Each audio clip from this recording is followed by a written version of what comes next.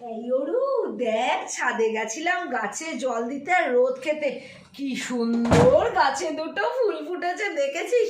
আজকে ঠাকুর পুজো দিলে না পুরো মনটা আমার ভরে যাবে রে। উফ, না না, সে ঠিক আছে, তোর ফুল ফুটেছে, ফুল সুন্দর, কিন্তু আমি বেরোবো, তুই এখনো 12:30 বাজতে চললো, রান্না বান্না কিছু করলি না, খেয়ে বেরোবো, এ কি রে? তুই কি রে?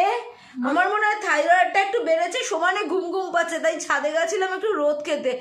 একদিন আমরা যারা হোমওয়ার্ক করি তাদেরকে ছুটি নেওয়াও মানা।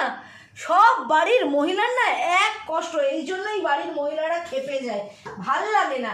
কালকে বিমানদা দিয়ে গেছে এই যে কি শিমের ভর্তা, মূলো ছেচকি, শাক টাক এইসব দিয়ে, আর এই যে আমি ভাত করেছি, এই যে দেখ ভাত বসিয়েছি, এটা দিয়ে খেয়ে বেরিয়ে যাবি। সুদেশ না রয় আমায় বলছে আমি কি এইভাবেই কথা বলি না ক্যামেরার সামনে? না সুদেশ না, আমি এভাবেই কথা বলি সব সময়।